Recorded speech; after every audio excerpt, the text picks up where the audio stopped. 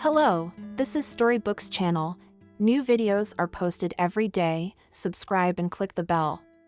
Darius circled the spoon around the plate. For about 5 minutes, Anthony patiently watched his daughter. But even her strong nerves eventually gave way. "Daria, what fly bit you this morning?" The girl rolled her eyes theatrically. "Dad, there's no fly in our house that can stand it. They all die of boredom on the fly." Anthony carefully pushed the empty plate away. "Watch her tongue. It's out of control lately and you sound like a street junkie. I don't like it." The man paced the long tables, casting meaningful glances at the 12-year-old provocateur, without so much as twitching an eyebrow. After waiting a few seconds, he said defiantly, "I love this crypt-like house. I'm also sick of this mess. How many times have I asked you to tell Kathy to cook something else?" The housekeeper stood mute beside her master. After the girl's words, she shuddered as if electrical wires had been connected to her. Anthony stood up abruptly. "Daria, as long as you live in this house, you will eat and drink what they give you. You're not old enough. You're not old enough to change things." "Understood." Daria looked at her father and muttered, "Understood." An oppressive silence hung over the dining room. The girl became defiantly apprehensive. She ate her porridge, but in her mind she was calculating how long it would take her father to travel the distance from one end, from the table to the other. The results of the mathematical calculations were disappointing, and Daria decided not to be angry anymore. Noticing that his daughter had relented, Anthony sat back down. "Kathy, you can pour the coffee." The housekeeper hurried to the kitchen and returned immediately with a tray. Also speechless, she placed a cup with a steaming beverage and a miniature creamer in front of him. "And coffee for me." Daria's voice sounded already indulgent. The man's pulse trembled, but he didn't fall for his daughter's ploy and said sternly, "Kathy will prepare the cocoa when you've had your porridge. Caffeine is bad for you at your age, and by the way, you should despise this porridge so much. Even the royal family traditionally serves this dish in the morning." Daria snorts at Dad. Anyone would think he had breakfast at Buckingham Palace. The man's heavy masculine fist lands on the natural oak tabletop. "Daria, what's with the language? I don't understand your intolerable behavior. Will you be punished today?" Anthony turned to the housekeeper. "Kathy, make sure this young lady doesn't run off anywhere." The housekeeper went back out of the country and looked at the master in a servile manner. "All right, I'm watching. Let's give her a good thrashing today. I think a strict regimen will do my daughter good. She's getting a bit temperamental." Anthony came out of the huge dining room, and soon his energetic footsteps echoed ominously throughout the house. Daria wanted to burst into tears, but struggled to hold back the tears. "What is it like for you to carry?" "Kathy," she bowed in a curtsy. Her whole appearance spoke of being ready to carry out any order, and this irritated the teenager more than anything else. The girl stood up and kicked a chair with her foot. "I don't want anything else. And stay out of my way. Leave me alone." Daria didn't hold back after all. Tears burst the dam of patience. She ran to the second floor to lock herself in her room. Executive Kathy tried to catch up with her. "Daria, wait. You know your father doesn't like to be contradicted, right? If I don't follow his instructions, he'll fire me." The girl stopped in front of her room and raised her hands, imitating the fanfare. She acted in triumph. "Then it will be the happiest day of my life. Kathy, you bore me to tears. How's the oatmeal? It's as bland as you are." The door slammed in Kathy's face, and soon the sounds of music came from the landlord's daughter's room. Kathy jiggled the doorknob and, faintly audibly, let out a smoke of hysterical laughter, and the young teacher burned with embarrassment. The defensive reaction worked spontaneously, and as soon as he freed himself from the embrace of the weeds, he gave her a resounding slap. The same day of the rematch, the principal invited Kathy into his office and immediately started yelling at her. "Kathy, what do you allow yourself? To use your fists in our gym? This is unacceptable. What was I supposed to do?" This young scumbag started using her hands in front of the entire class. The principal looked at the young teacher with contempt. "Do you expect me to believe you? Well, it doesn't matter anymore. We don't need that kind of staff. Do you even know who the father of the boy you beat up is?" Kathy shouted that I didn't hit him. I just slapped him. The principal frowned. I don't think arguments are appropriate in this situation. File a complaint. Kathy had no choice, so she wrote a statement in her office. The graduate of a prestigious university, who was interning in the UK, hoped to get a job quickly. For 3 months, she went to schools, nurseries, and other institutions where her skills could be useful. But everywhere she was turned down. Desperate to find work, she made an appointment with the mayor. When the aide asked her why she was visiting the mayor, she lied. I love our city very much, but it is not up to par with the regional centers in many respects. The mayor's aide didn't even hear the end of it, and he is right. I would like more comfort and cleanliness. Kathy was pleased, but she noticed. And that is easily accomplished by involving the youth. That's a great idea. I think our mayor will appreciate your initiative, but the problem is that he's on vacation, so I'll refer you to the deputy mayor. But as soon as the visitor entered the official's office, her courage instantly vanished. The girl burst into tears. Anthony didn't understand what was wrong with her. Calm down, and tell me what was the problem you were trembling about, stammered Kathy. Please help me a little more, and I will simply starve to death because I have no means of subsistence. The deputy mayor shrugged her shoulders in confusion. Young lady, don't talk nonsense. There are many vacancies in our city. What are your studies, Kathy? She took her documents out of her purse. The official opened the diploma, then the workbook, and smiled. Yes, you have, to put it bluntly, an impressive record. Only 1 month. Tell me why you left the gym. Kathy, did you tell this man everything in confidence? Anthony wrote something in his diary and told her to come back the next day. Kathy showed up at the reception desk at the town hall at the appointed time, but Anthony told her not to. Unfortunately, I still have nothing to tell you. The father of the pupil you had the incident with has blown the story wide open. That's why no school in the city wants to see such a troubled specialist. Kathy didn't take anything home. She was eager to leave this world as she saw no way out of the situation.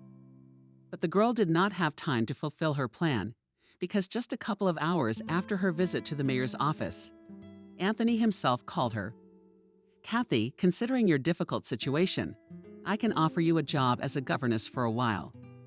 My wife is seriously ill and we have a young daughter. Of course, it's not exactly a prestigious job, but at least you'll be able to earn a living. Kathy accepted immediately. At that time, her situation was really disastrous and she forgot about her ambitions.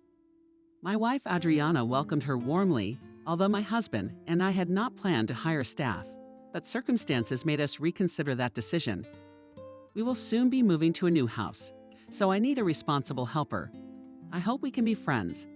The landlady had a pleasant timbre to her voice, and that lowered Kathy's guard a bit. But when Adriana looked at the girl, she couldn't help but think how unpleasant his wife's gaze was. It was then that she thought for the first time that she was not likely to find common ground with that woman. Kathy's intuition did not fail. Adriana, during her husband's absence, most of the day the landlady was absent from work. She invented for the housekeeper the most sophisticated abuses. But Kathy tolerated everything because she had nowhere to go, since she had no relatives. A great aunt said to her after school, "Dear niece, I've been dragging you around. How long can you manage on your own now? I'm still a young woman, and I want to make my own life in these square meters." Do you realize that? It's impossible to realize. My aunt had a one-bedroom apartment, and for several years Kathy lived in the kitchen. After graduating from college, the girl never visited her relative, although Aunt Miranda lived nearby. Once settled in the gymnasium, she immediately rented a room, hoping to settle down in her personal life. But these plans were not destined to come true. So working at Anthony's house eliminated a number of problems. And Kathy was very afraid of losing this place. For many years, she tolerated the nagging mistress and did not notice how she became a silent creature, ready to fulfill any whim of her mistress at the push of a button. Adriana, and she was clearly melting before his eyes, and her condition was deteriorating rapidly every day. She was suffering greatly, taking out her irritation on the housekeeper and her young daughter. So when the housekeeper went to the next world one nameless autumn day, Kathy breathed a sigh of relief. From then on, she felt more at home in her employer's house. But if Anthony was happy with this state of affairs, his reckless daughter was unwilling to accept these rules. And the older Doria got, the more difficult it became to accommodate the governess. Vanessa went to work as if it were a vacation, and she tried to show up early at her favorite school. The mayor's assistant's punctuality was legendary. It further enhanced the self-esteem of the woman, who was not distinguished by her outward attractiveness. Vanessa's main asset was her business qualities, and the mayor once jokingly confessed that without Vanessa he would be lost. "She is my light in the dark realm of bureaucracy." These words were spoken to Anthony in a small circle of friends many years ago, but they became faithful for the young woman, to whom the male sex paid little or no attention. Every morning she would wake up and mentally repeat "Nellie, hurry up," or "the boss without you will be lost." At first, this phrase was taken with humor. Over the years, it became a motto. By repeating these words, Vanessa gained confidence in her exceptionality. She did not hesitate to point out her mistakes to the boss.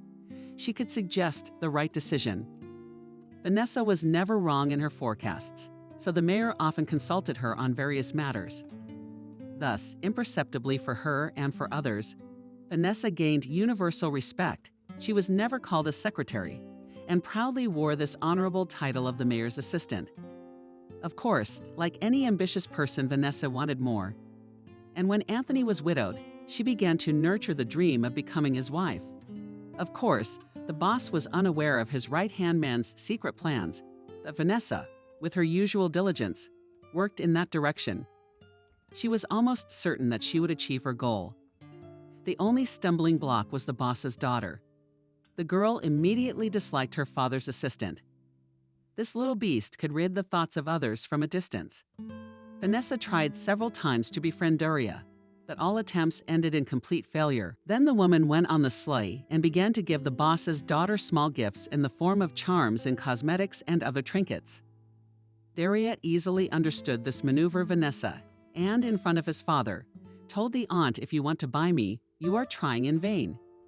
It's a pile of junk. Don't waste it. Spend your modest salary." Although the girl's words hurt Vanessa's ego, she didn't even blink, but she threw the ball into the goal with her opponent.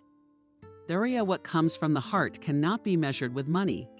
But unfortunately, young people like you have a somewhat distorted perception of reality and are oriented towards other values.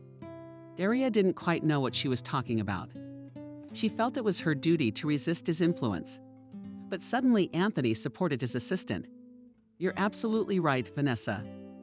My daughter has been talking a lot of nonsense lately, and I often have to blush for her. So please don't be offended." Without realizing it, Doria had helped the woman who was struggling to take her mother's place.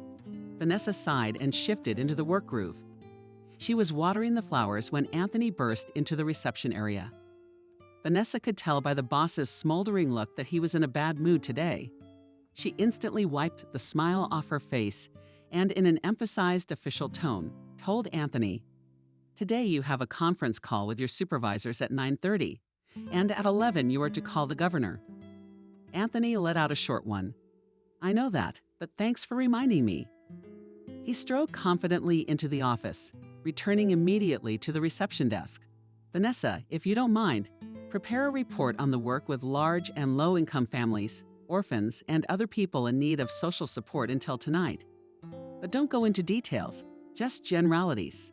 "Okay, Anthony, I'll do what I can." The mayor's eyes grew warm. "Thank you, Vanessa. I don't know what I'd do without you." The woman's heart fluttered. Happiness after the chief's encouraging words and pleasant thoughts flowed back in a measured stream. "I would do anything to make you happy. You have no idea what a woman in love can do." Anthony had long since forgotten about earthly affairs. Every day he had to deal with the important problems of the city. Therefore, that day he had no time to be distracted. The mayor's plans also went awry. When the governor called shortly after the conference call, "Listen, Anthony, are you planning to open a children's art center?" Anthony thought someone had already told him. But out loud, he cheerfully replied, "Yes, Stephen. But we haven't decided on a date yet. So you decide you're taking the cake. What's the reason for the delay?" You know the objects of social importance we have in the first place. Stephen's displeasure was felt even from a distance.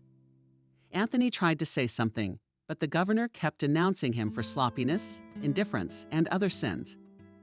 What are you doing in the governor's chair? Right, tidying up your city. And tidying up yours. This dance center was supposed to be finished in the spring, and it's already summer. What's the problem? The girls can't handle it, so whip them or give them a ruble. I don't care. Anyway, I'll give you exactly 1 week to fix the flaws. I hope you haven't forgotten that City Day is coming up. I haven't forgotten, Stephen. Well, that's good. The opening of the center is in preparation for the event. Invite the big-name guests, invite the sponsors. Not a bad idea to involve your family. It will be homey, warm, and touching. I promise I'll send a TV crew. And I'll probably be there myself. Stephen was famously tough, and Anthony knew perfectly well that his wish should be taken as an order. Inwardly, he muttered, I don't have enough to worry about without this center. Now I will have to take personal control of this facility.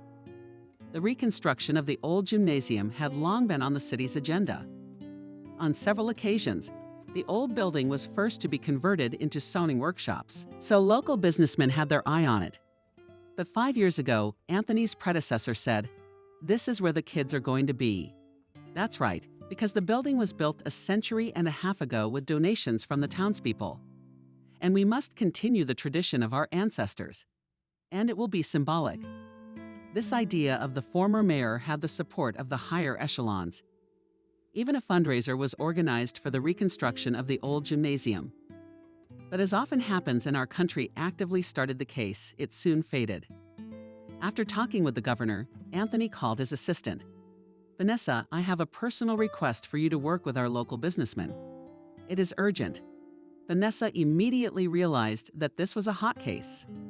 Why the rarity? Insisted Stephen. Anthony sighed heavily. No, he didn't. It rolled over me like a rolling pin. But there's no way out. We have to follow orders.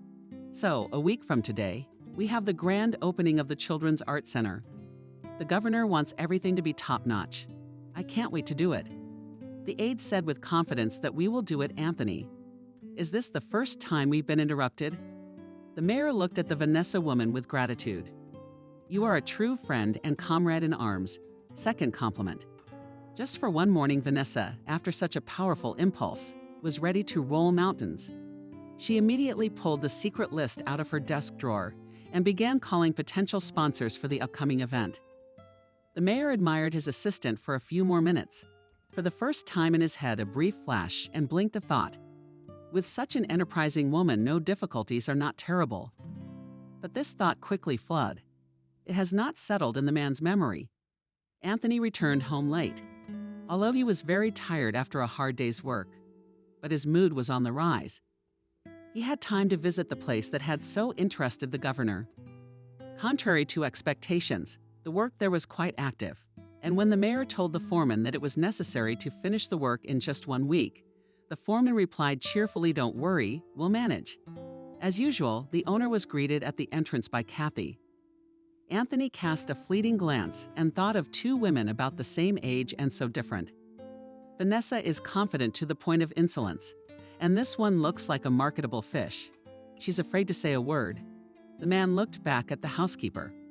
Kathy, go get Daria. I'll be in my office. The daughter was not long in arriving. She breezed into her father's office. Dad, Daria's belly called to me as her careless, smiling expression was a challenge to everything around her. But Anthony decided to ignore his daughter's antics.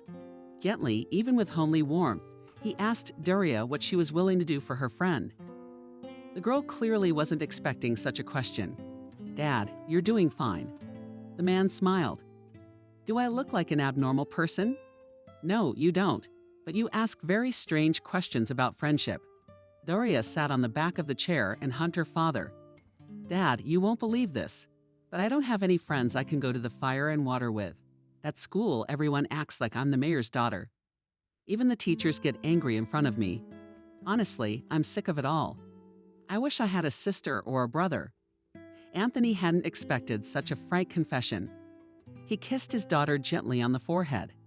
You and I are more or less in the same situation. In front of me, many subordinates also ingratiate themselves. It's true that not all of them are very self-confident people, ready at any moment to come to the rescue. They are the kind of people I usually trust. Daria smiled. You, Vanessa. That aunt has other plans for you. I've seen her eye on you. I'm sure she wants to marry you. Daria, if you keep knocking your teeth out like that, you'll soon have to get dentures. And it's a little early for you to be talking about grown-up things. The girls sighed in relief, and the father continued, okay, a little joke. Let's get down to business. The Children's Center is opening in a week, and I want you to help me. Daria glared at her father in surprise. What do I have to do? It's nothing complicated. You have to give a touching little speech. You're a smart girl, and I'm sure you can do it. You'll talk about family, friends, and helping each other. I think it's a personal mission from the governor for you. He even promised to send television crews. Daria paced around the office. And what did he prod his father with? Our people will die of envy. When they put me on TV, I'll do it. I just need the right outfit. The what? Anthony looked at his daughter in surprise, but after a second he slapped his forehead with the palm of his hand. I get it. You mean a suit? Well, yes, you could wear a classic dress. You know, something austere so everyone would think she was a good girl and a model student. Anthony didn't think his 12-year-old daughter could reason like an adult. Daria, you put everything in place. Now all that's left is to prepare for the event. Dad, why do I have to rack my brains? I'll tell Kathy. She'll help me with the speech. Or would you rather tell her? Daria smiled and disappeared out the door. Anthony thought wistfully how quickly his daughter had grown up. A very independent girl making her own important decisions. When his daughter left, the man invited Kathy in. He briefly explained what was required of her. The young girl felt embarrassed because it was the first time in 10 years that she received such unusual tasks from her master. Anthony, I don't even know what to say. I don't want to let you down, but I'm afraid I can't do it. I've forgotten everything I learned at the university. Anthony got angry. Is it so hard to find a suitable dress for a girl and write 2-3 sentences? Why do you always doubt everything? You need to be a little more confident, and sometimes it's good to take the initiative. Kathy nodded her head a couple of times, and the shadow slipped out of the study into her room, where she was crying from overwhelming anguish. Despair. The master is right about everything. I am like an amoeba. I do not live, but I exist. I can't go on living like this. Such impulses often occurred in Kathy Leonidovna's modest life, but she ruthlessly extinguished them, because she was too afraid to change anything in her life. After all, it is much more comfortable to go with the flow than to resist it. Another city day went by in style. Residents were amazed by the magnitude of the party. In a small provincial town, several themed areas were deployed where children and adults could have a great time relaxing. For example, in the park a dance floor was organized for the older ones, where couples danced to the sound of a brass band. The younger ones had fun on the rides, and music lovers enjoyed the work of visiting artists. But the real highlight of the program was the long-awaited inauguration of the Children's Art Center. The governor himself came to town to say a few words.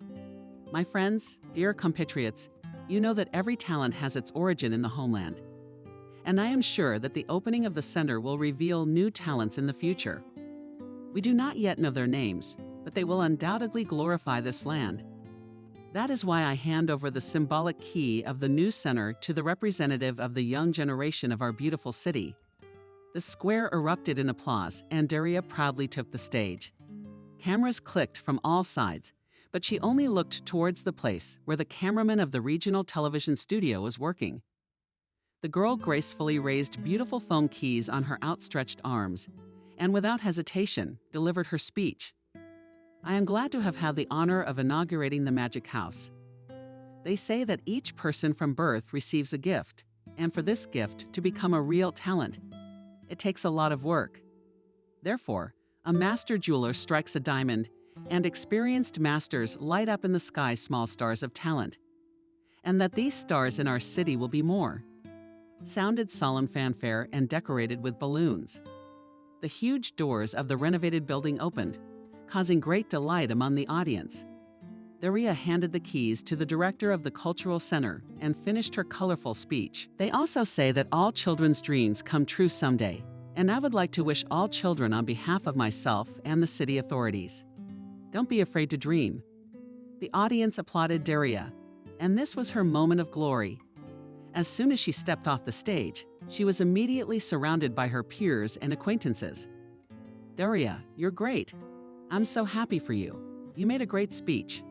When are you going to be on TV? It was an obligatory question, and the girl answered confused. I don't know, they didn't tell me anything. She wanted to ask Kathy, who was by her side during the whole ceremony, but the governess disappeared somewhere. On the stage, the action continued, and according to the script, the godparents were now presenting gifts to the newly inaugurated center. They also spoke words of farewell, and the audience applauded actively. Suddenly, Daria felt dizzy and began to push her way through the crowd. She thought with annoyance, Kathy, you stupid chicken, how could she abandon me? It's okay, I won't complain about her to Daddy, and he'll give her a good life with pictures. The girl went to the central square of the town. There too, lively music was playing and people were strolling leisurely through the shopping streets. Nearby, Daria heard a familiar voice. She turned around and was almost stunned by the surprise. Kathy was walking next to the governor and chatting sweetly with an unknown man.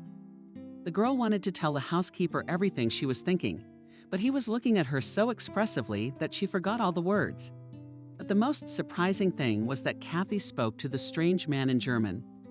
And she did it with such ease and fluency, as if she had not been born in this city, but somewhere not far from Berlin. They walked past, confused.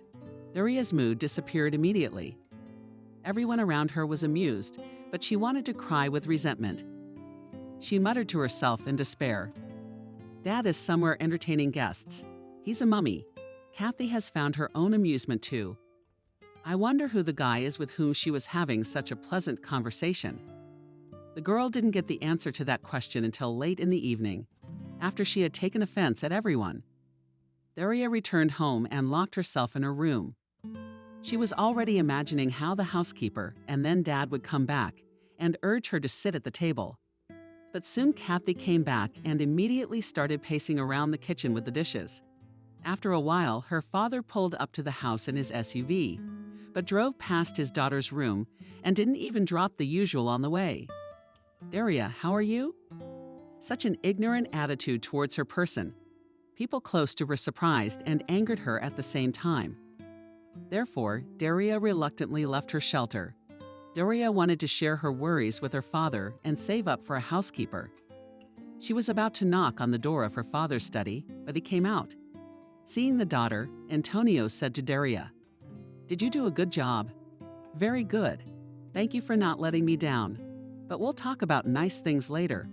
Right now, I need to start a little secret with Kathy." "With whom? With whom?" The girl didn't immediately realize that Kathy was her housekeeper. She was unpleasantly surprised by her father's decision. And at first, she wanted to lock herself back in her room to suffer alone with resentment. But then she changed her mind and tiptoed into the kitchen. Daria knew it was wrong to eavesdrop, so she mentally reassured herself. It's okay to do it once in a while, when it's in the best interest of the common cause. Her intuition told her that her father was discussing something very important with the housekeeper.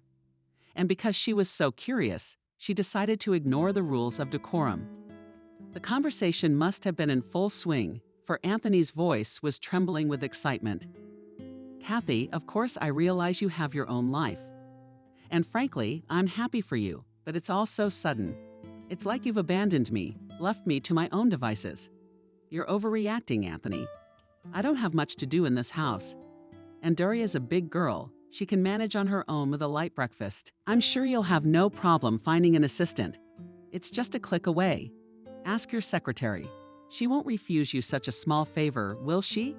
Daria didn't have time to digest the information she had received before she heard her father's footsteps approaching. She hurried to hide in the alcove between the kitchen and the bathroom. As a child, this secret corner had been her safe haven, where she could sit for hours. Her heart was beating frantically, and she feared that the noise would attract her father. Contradictory feelings raged in her soul. On the one hand, he was glad that the pale moth was finally leaving his home. But on the other hand, the prospect of having to do everything herself did not bode well. Stubborn child. Resentment at the governess's behavior took hold of her. And the girl, after waiting for her father to close up in his study, walked confidently toward the kitchen. Kathy stopped at the stove. Without turning around, she said dinner wasn't ready yet. Be patient, Daria, for about 5 minutes. I don't want to be patient. Tell me, Kathy, how could you betray Dad and me? Did that guy cheat on you? The housekeeper laughed. Doria, were you eavesdropping? I didn't expect you to go down like that. And what guy are you talking about? The one you were traveling with in German. I thought he only spoke English. Turns out you can do it in German, French, Italian. I can also clap in your slang. Kathy approached the girl, wanting to hug her pupil, but Daria pulled away from her embrace. Then the woman leaned against the wall, and in a tired voice said to Daria, "There comes a time in everyone's life when they want to change everything.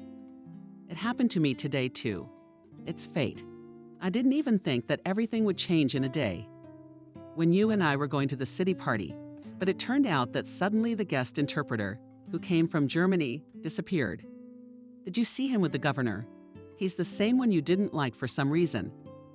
Daria didn't know what to say and sang reluctantly. Kathy laughed again. By the way, he is a well-known businessman, head of a large company. He wants to open a production plant in the regional center. Daria interrupted the housekeeper impatiently. Then let him open it. What's it got to do with you? This man has offered me a job I've never dreamed of. The girl had recovered from the shocking news. She commented with derision. I see. And you, Kathy, you fell for that German's divorce. He'll leave you at the first opportunity. Daria, why do you choose the worst options? I can't spend my life serving you. I have to think of myself. Daria had no valid arguments left and left the kitchen with demonstrative disdain, letting dinner continue without me. I'd had enough tonight to pass the time somehow. Daria turned on the laptop recently given to her by her father. Until midnight, she had been chatting with her friends on social media. Someone had already uploaded a video of her performance at the art center opening. He read the positive comments and his heart filled with a pleasant book. In her head, she thought, I am a star. Now everyone will know me. And that stupid Kathy can get the hell out of here. Daddy will find a new worker. In the morning, when Daria woke up, the house was very quiet. The girl felt terribly hungry and regretted having refused to eat dinner the night before. She said aloud, Kathy, I'm awake now. We have something to eat. But no one answered the call. Daria walked into the kitchen and saw a note on the table. Daria, breakfast is in the kitchen. I made this today. I hope you like it better than oatmeal. Have a good appetite. If it's hard, call me. At the bottom, a cell phone number was written in even handwriting. This time, the attack of resentment was so strong that Daria felt a physical pain in the heart area. And in the act, she began to scream, I hate everyone I hate. Daria felt the attack of resentment again and did not notice the tears rolling down her eyes in two thin knobs. She roared and thought bitterly that if her mother were there now, she would not let them hurt her only daughter. Little did she know that at that very moment she was only in another city. A completely different girl was also roaring in despair. And the reason for the tears, it was a colorful performance. Admittedly, she did not know the name of her doppelganger. The star video, uploaded to the network, in a few hours slipped among the leaders of views. That's why Maria's phone was bursting with calls from her colleagues. But the girl had to listen to mostly unflattering criticism. Maria, and we did not know that in our class, there is a girl with a double ass and quietly you have skillfully passed off as a gray mouse. And you yourself are a star. What kind of speeches can you make? Maria didn't have a laptop or tablet because she and her mother lived very modestly, so she didn't get a chance to watch the video that caused such a stir. But after a string of calls from her classmates, her teacher Kelly called her and asked her sternly, Maria, tell me, please, why am I the last person to hear about your adventures? It seems to me that you should have informed me and the principal before participating in such activities. Maria tried to explain to the teacher that there had been some mistake and that she had never been to that town in her life. But Kelly yelled at her not to be naive. In the age of technological advances, all things secret quickly come to light. Tomorrow I expect to see you and your mother in the principal's office. You will explain yourselves there. Nina wasn't kidding when, on her way home from work, she caught her daughter Maria crying. Who hurt you? You know you mustn't get upset.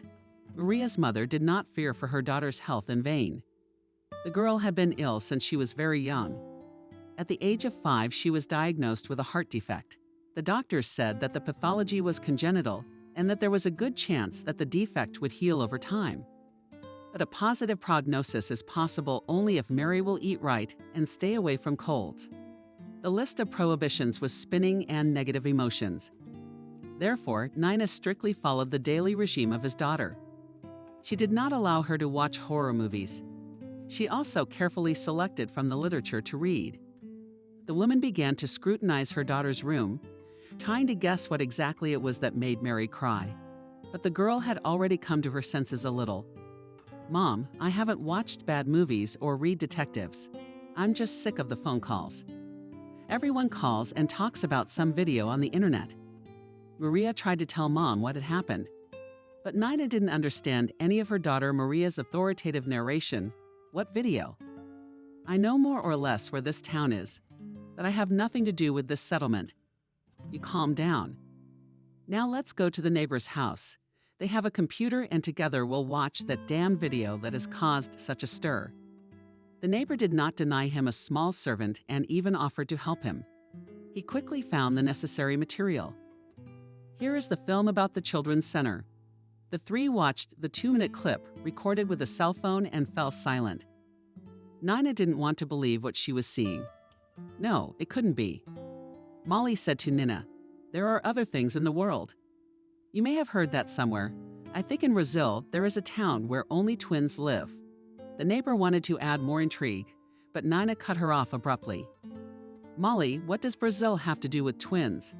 Don't be ridiculous. I don't want my daughter to hit her head. That girl looks a lot like her. But at first glance, it's not Maria. Just a slight resemblance, that's all." The neighbor moved her lips resentfully and turned off the computer. "Yeah, I don't really care. I'm not going to get involved in other people's problems.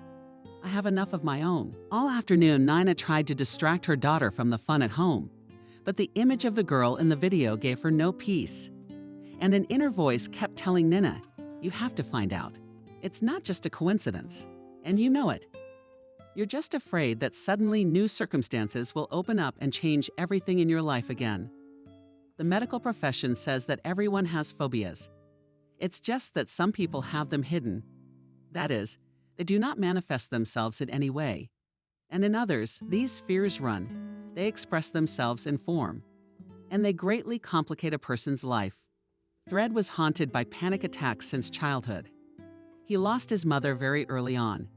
And then she passed away suddenly. His father was hit by a truck in broad daylight. Dad was returning from fishing on his bicycle and respected all the rules. But the tragedy could not be avoided. The news that Alex had been hit by a car spread instantly throughout the village. 9-year-old Nina rushed to the scene of the accident, gasping for breath and her heart overflowing with anxiety. But what she saw gave her a real shock. The little girl ran to her father and started screaming in terror, "Dad, please don't die. I'll be lost without you. I'll do anything for you. But don't die." My father was still alive and even tried to smile. "It's nothing, but we've been in more trouble than this. We'll get out of it." The ambulance arrived and the paramedics began emergency treatment. The strict paramedic shouted to the women in the village, "What are you standing there for? Somebody take the girl away. She doesn't need to see this." Someone's strong arms lifted Nina up and carried her away. She was hysterical. "Let me go to my father. He'll die without me." But a familiar voice tried to calm her. "Nina, don't yell at Dad. It won't do any good. They'll take him to the hospital and treat him there. In the meantime, you'll stay with us." That voice belonged to a friend of Max's father. She didn't want to believe the man, so she calmed down. But all night long she kept screaming. She had nightmares about her father. She wanted to save him from horrible creatures with fiery heads, but each time it started all over again. In the morning, she had a fever, and Uncle Max's wife nursed her for a week. The girl was sick, and when she felt a little better, she learned that her dad had died. The same afternoon after the terrible accident, Max took her to the cemetery and showed her her father's grave. The next day, a relative of her mother's, whom she had seen for the first time in her life, came to pick her up, and he took her with him. They took a long train ride, and Uncle Peter told her funny stories all the way. It was a proven way for the mother's stepbrother to distract his niece from bad thoughts. "Nina, don't be afraid. You'll forget all the bad stuff in the new place. By the way, do you have a little sister? Her name is Christina. She's my daughter. She's about 3 years older than you, but I'm sure you'll become friends." Uncle Peter and his wife tried to surround her with love and care. They partly succeeded, and the child gradually came to her senses. A wonderful relationship has developed with Christina, the couple's daughter. But the past did not want to let Nina go, and it came to her in her dreams, even during the day when the girl was alone. A year passed, then another. But these terrible dreams were repeated with surprising regularity. So Peter's uncle decided to take his niece to a specialist. The child psychologist talked with her for quite a while and then asked her to draw some pictures on a certain topic. Nina did not hear what Uncle Peter's doctor said after this test, but he prescribed her the beautiful pills, which she was to take twice a day. It is true that after this medicine, Nina became inhibited and scattered. Uncle Peter wanted to show her to the doctor again, but with a different profile. But then his wife, Aunt Sophia, came to the defense of the unfortunate. "Stop abusing children. You don't need those pills. You should show it to Grandma, and she'll take them all away."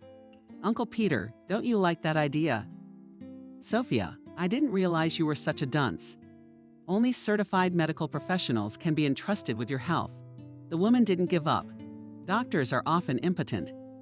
Therefore, do not neglect the proven folk methods. I myself, as a child from a fright grandmother, treated me, and Nina will help. I was given the address of a woman. They say that she cures from all sorts of scares. Sophia, that's nonsense. Even the most experienced doctor can't cure all diseases. That's why people turn to witch doctors when doctors refuse to treat hopeless patients. Uncle Peter didn't bother to argue with his wife and waved his hand for her to do whatever she wanted. But remember that you will be personally responsible for the consequences. Aunt Sophia was pleased with her victory and whispered to Nina, "On Saturday you and I will go to see a grandmother who will take away your fears. Don't be afraid of anything or anything. Listen to your uncle. He's big, but he's afraid of everything." Nina remembers very well a visit to an old woman who lived in a little village near the forest. The old woman whispered something to her for a long time. Then she sprinkled Nina with the water stipulated by the aunt. She said that the girl was very frightened. "We must bring her twice more." Aunt Sophia promised all right, "We will try to come." But already after the first session, Nina felt better. She no longer had scary dreams and was not afraid to be alone in the room. Aunt Sophia watched her niece for a while, and then confidently said, "My friend, we're not going anywhere with you. Stop torturing yourself, you have suffered enough. Live, my daughter, and be happy." Nina tried hard to follow her aunt's advice. She studied diligently at school and then enrolled in a hairdressing course. Her older sister had already graduated in medicine and was very surprised at Nina's choice. She could have found a more respectable profession. "With your diploma, you could have studied law or pedagogy, and you went into hairdressing." Nina gave a succinct answer. "I always wanted to beautify people." Actually, the reason for this choice was that she was in a hurry to become independent as soon as possible. Her aunt and uncle had done a lot for her. They had replaced her parents. But time was passing, and they were dressing up a lot, getting older. They both developed health problems, and Nina no longer wanted to be a burden to them. After finishing college, she got a job in a beauty salon, and a good salary allowed her to rent a room. But every weekend, the girl visited her relatives. The connection with them was not broken. And after Nina married Martin and permanently moved to another city, With her husband, the threads too. A very lucky one. Despite the fact that he was older than her by a total of 15 years. Martin was engaged in road transport, and the family was never short of money. Savlieva bought a 2-room apartment on the secondary market and began to dream of having a child. But there were years with the continuation of labor, the case has not moved from a standstill. Spouses began to go to doctors' offices, but after a thorough examination heard the final verdict. Doctors are very sorry, but you cannot have children together. Nina. After the doctor's words, I experienced exactly the same shock as when I looked at my dying father in my childhood. This time her hope was dying, and she would not accept it and decided to argue with the doctor. Doctor, if we have understood you correctly, do you think my husband and I are hopeless? The doctor coughed for emphasis. Exactly. But there are methods that allow people to become parents. You are right, there are such innovative methods, but in your case, their application is impossible due to the infertility of your spouse. Usually in such situations, donor material is recommended, but very rarely do our clinics accept this option. So what should we do? The doctor was silent for a long time and then said in a tired voice, I really want to help you. Believe me, I am speaking sincerely from the bottom of my heart. But the only thing I can advise you to do is to take the baby into foster care. Martin asked quietly, So you are advising us to adopt a baby? That's exactly the best way to foster a newborn. Believe me, in that case, the baby will become a real member of the family. Martin looked at his wife fondly. I think the doctor is right. If we make even one little person happy, life won't be a waste. I think so. Nina did not immediately accept her husband's decision. She hesitated for a few months, but then decided to consult her older sister. After all, Christina worked in this field and could not only give useful advice, but also render substantial help. In order to meet her sister, Nina even took a leave of absence from work and went to the city where she had spent the most beautiful years of her life. Christina met her sister at the train station and cheerfully informed her that you had arrived very successfully. I mean our conversation with you. Nina did not want her plans to become public. She whispered to her sister Christina, It seems to me that the train station is not exactly a suitable place to discuss such matters. The relative waved her hand. Believe me, no one here cares about you. Even if you talk out loud about something out of the ordinary, no one will turn around. I started this conversation because we have to hurry. We have a 2-month-old baby. She's a little thin, but she's active. She was brought to us the other day, and there's already a queue of people wanting to adopt her. Nina felt an inexplicable fluttering in her chest. Christina, what do we do? We have to act. The first thing is to meet the baby. What if you don't like each other? Christina was joking, though. Nina felt a strong excitement again. This happens to people when they jump into the water or fly around the planet. But the young girl's fears were in vain, because the abandoned baby smiled and started walking at the sight of her. Nina hesitantly asked her sister Christina, Can I hold her for a while? Of course you can. Those few minutes the woman remembered for the rest of her life. She barely held the little body in her arms. She felt an incredible surge of energy. Her heart was overflowing with a love of universal proportions. The little girl smiled at him again and said something to him in his incomprehensible language. Suddenly, she kissed the girl on the forehead. I will not give you to anyone. From today, we will always be together with you. But it's one thing to say it and another to do it. The adoption proceedings were delayed. The bureaucrats in the army of civil servants kept finding fault or demanding new certificates. As a result, the couple had to settle for a month in Christina's small apartment. But the older sister assured that her family was used to the cramped conditions. We spent 5 years in a 10-meter room in the dormitory, so we have not yet had time to get used to this house. Thanks to her sister's help, the adoption was arranged in a relatively short time. The 3 of them returned home, and Nina was thinking the whole way, it must be fate. Martin and I are fabulously lucky that Christina works. If it weren't for her, there's no telling how long we would have been looking for our baby. And now we have a baby girl, a woman who has suffered so much. I fanatically believe that with Mary's appearance in the family for all eternity, peace and happiness would reign. But these hopes were not fulfilled because Martin could not accept someone else's child. During the first year, he tried hard to be a father to Mary. But Nina saw that her husband did not do it because of the call of his heart. When the adopted daughter grew up and began to explore the world around her, the man became irritable. She stopped smiling and returned home as her daughter slept. Nina realized that something had to be done urgently to save the family. One day she said firmly to Martin, "We have to have a serious talk because we can't go on like this."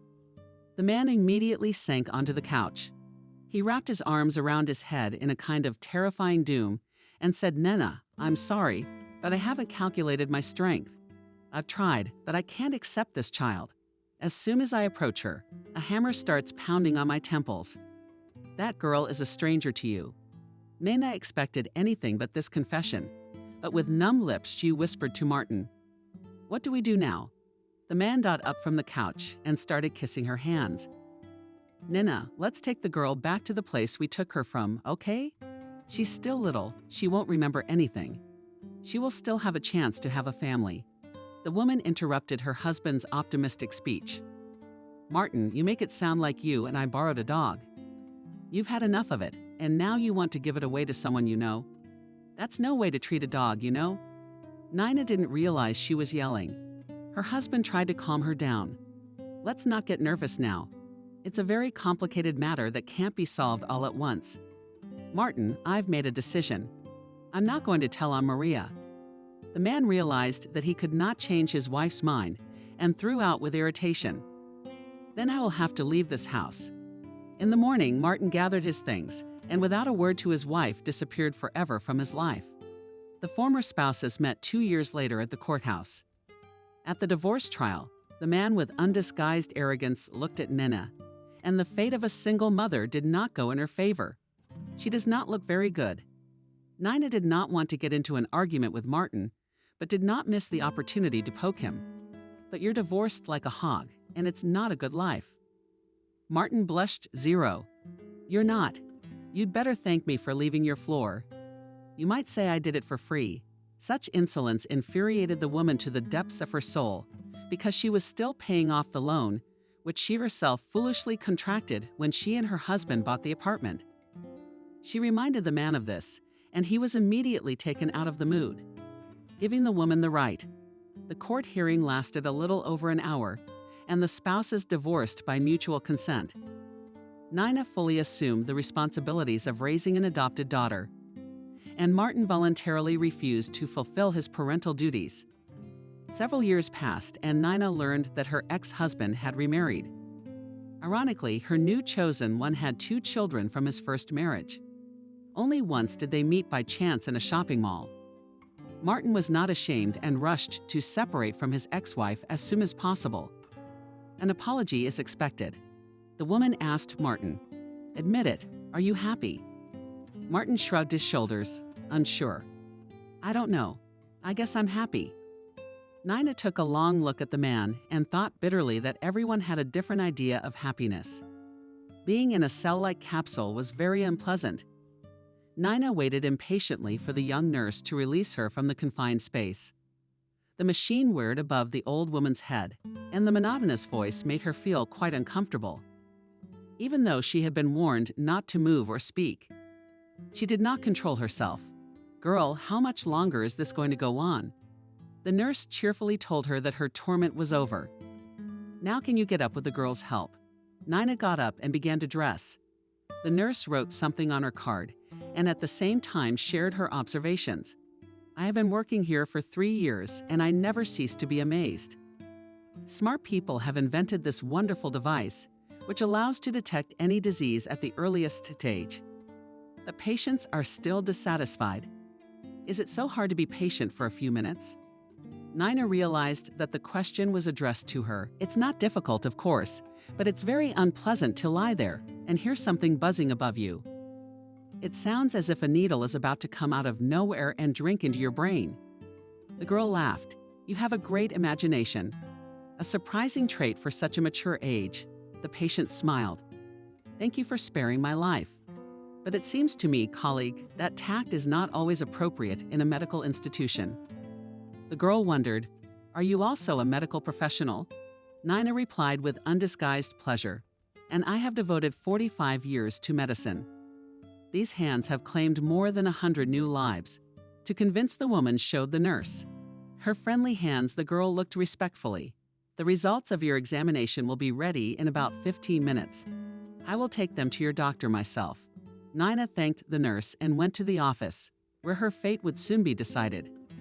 She sat comfortably on a free couch and waited her turn. Nina had lived almost 7 decades and rarely complained about her health. In her younger years, she was a serious skier and was even a regional champion. With age, her hobbies changed a bit, but physical activity was always the basis of her lifestyle. Her coworkers often joke that our Nina has a jet engine in one place. With that activity, she will work until she is 100 years old. Matron herself was not swinging on those terms, and she also said it jokingly to her daughters. "I doubt until I'm 100, but I will work until they take me off the ward." When it came time to draw up the pension, Nina boldly declared, "I'll work alone for a while longer. It's boring to be between 4 walls." Everyone knew that the woman had no one but her niece. The clinic's management met her needs and extended her contract, and Nina continued to share her invaluable experience with the young addition. But she had barely passed her 7th decade, and her health was failing badly. Weakness, severe dizziness, loss of appetite appeared. For some time, the woman attributed these symptoms to age-related changes in the organism. But then he began to lose weight, and this alarming sign could not be ignored. Her strength was fading day by day, and she had to take a well-deserved vacation to distract herself from her sad thoughts. At first, Nina took to reading books and then sought the friendship of the women in the neighborhood. She believed that positive emotions would help her to improve her health, but to no avail, and the weight continued its rapid decline. There came a time when she fainted in the store. It was then that the woman decided to take serious care of her health. She had already undergone many tests, but the doctors could not determine the cause of her ailment. This question kept her awake at night. She tossed and turned sleeplessly, repeating, "Lord, why am I being punished? Wherein have I sinned before you?" Memory held different versions of transgressions, but all were insignificant except one. Nina tried to banish the unpleasant memories, but they began to disturb her consciousness more and more often. To rid herself of this pleasure, she decided to consult an expert woman. Wendy was a very devout woman who always attended Sunday and holiday services at the local church. After listening to Nina, Dove told her, "You have to take communion. Tell your sins to the bishop, cleanse your soul, and believe me, you will feel better right away." The neighbor spoke so convincingly that she believed her and went along with her to the service on Sunday. But at the most crucial moment, when she had to tell the priest about her criminal act, which she had committed 12 years ago, the woman screamed. She still remembers the priest's piercing look and his words, "Repent, sister, and you will feel better." But instead of repenting, Nina murmured in confusion, "I'm sorry, I can't." "Maybe another time, Wendy, but maybe another time," she said. "Maybe another time, Wendy," but then she rebuked her. "You shouldn't be like that, Nana. Our sins keep us from living. They weigh heavily on our hearts." Nina timidly objected, "Because there are different kinds of sins, and maybe my offense is not as serious as it seems. I did it for pure motives. Tell me, what is your sin?" The woman was about to open her soul to her neighbor, but she noticed curiosity in his eyes. And she thought that if she did not trust the father, then this Wendy should not open her secret. "It will spread throughout the neighborhood than me." Nina was even mentally afraid to call herself a criminal. She again withdrew into herself, trying to find other ways to escape from her obsessive thoughts. The office door opened and the nurse called her name. The standing woman walked over to the desk where the caped doctor sat. The doctor didn't even look at the elderly patient and nodded to her. "Sit down." The woman sat down and watched the doctor, who was writing something in illegible handwriting. 5 minutes passed. Finally, the doctor put aside the previous patient's chart and began to read the results of Nina's examination. As he studied the conclusion, his face became increasingly grim. He looked at the patient and immediately looked away. Unfortunately, Nina, I have nothing to please you. To be frank, the situation is very bad. The old woman felt a tremor throughout her body. I have cancer. The doctor kept silent and looked away from the window. The patient had to repeat the same question. Doctor, I have cancer. You are too late. It's advanced. It has metastasized. Given your age, doctor, I understand. I've also worked in medicine for almost half a century. Can you tell me how much time I have left? Unfortunately, that's a question no one can answer, and I don't advise you to prepare for an imminent end. With proper treatment, you can slow down the process. And will you still have a few years left to enjoy your loved ones? I have no one. Thank you, doctor, for your frank answer. I will consider whether I should receive treatment. The doctor was surprised at the woman. What kind of reflection can there be in a situation where even one day is important? I am writing you a referral for urgent hospitalization. Doctor, can I come back tomorrow? I have some business to take care of. The doctor disagreed. Okay, I'll let you go until tomorrow. I'll let you go until tomorrow. Nina couldn't remember how she had gotten to her apartment. She wanted to cry so badly, but there were no tears. She sat on the couch prostrate until evening. Then she reached for her cell phone.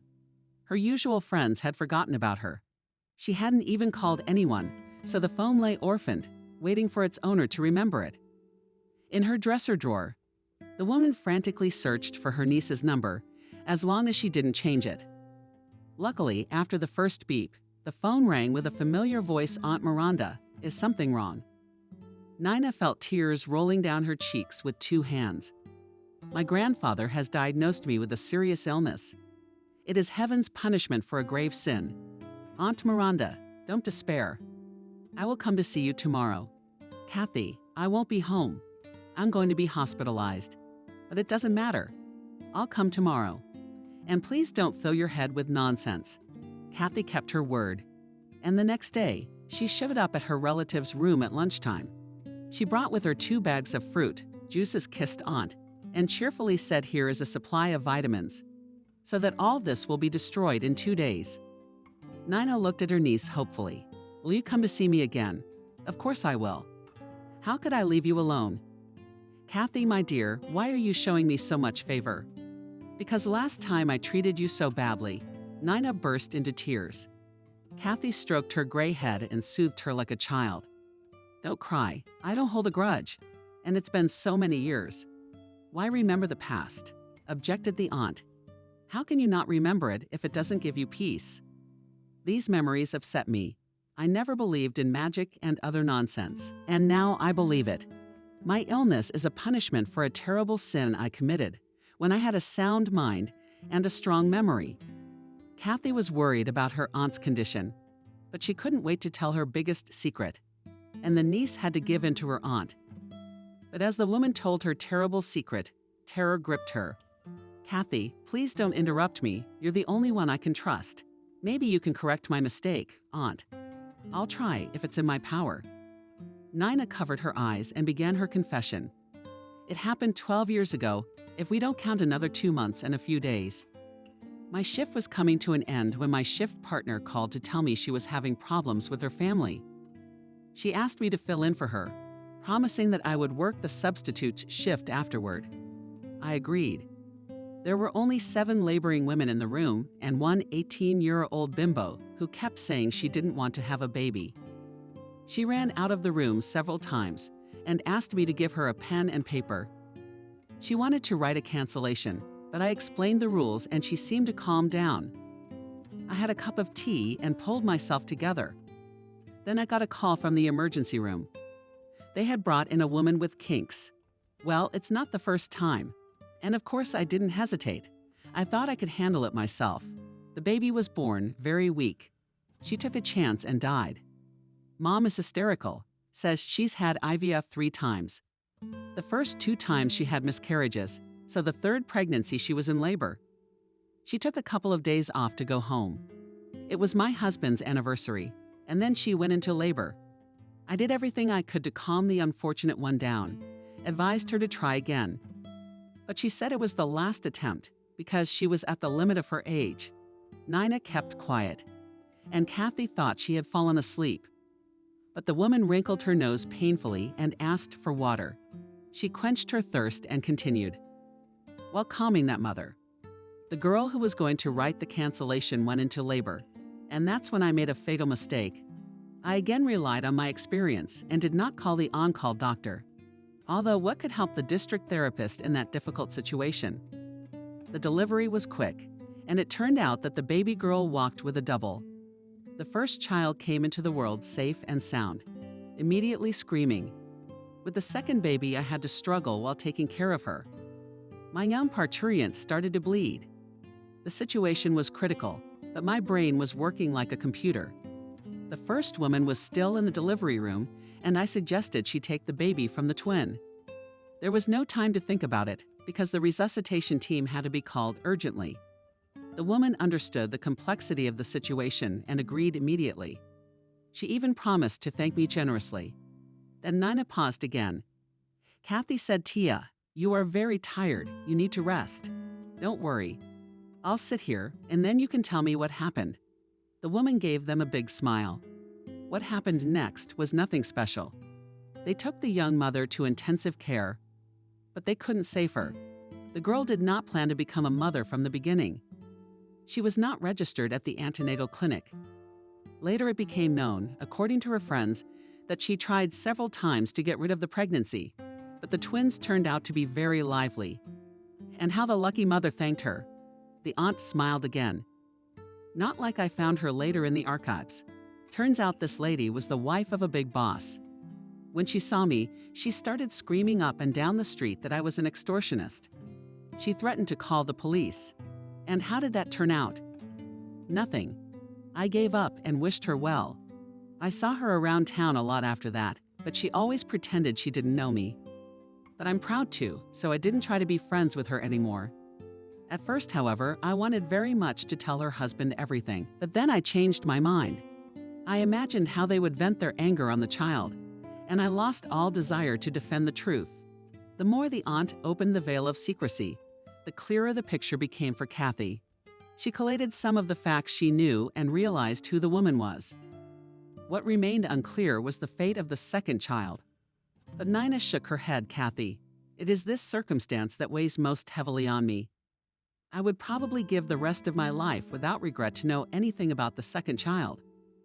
All I know is that she was sent to the nursing home because she was so weak. God only knows what happened to her afterwards. Kathy returned home with a strange feeling of emptiness. She did not accuse her aunt of any crime, although what she had done fell into that category.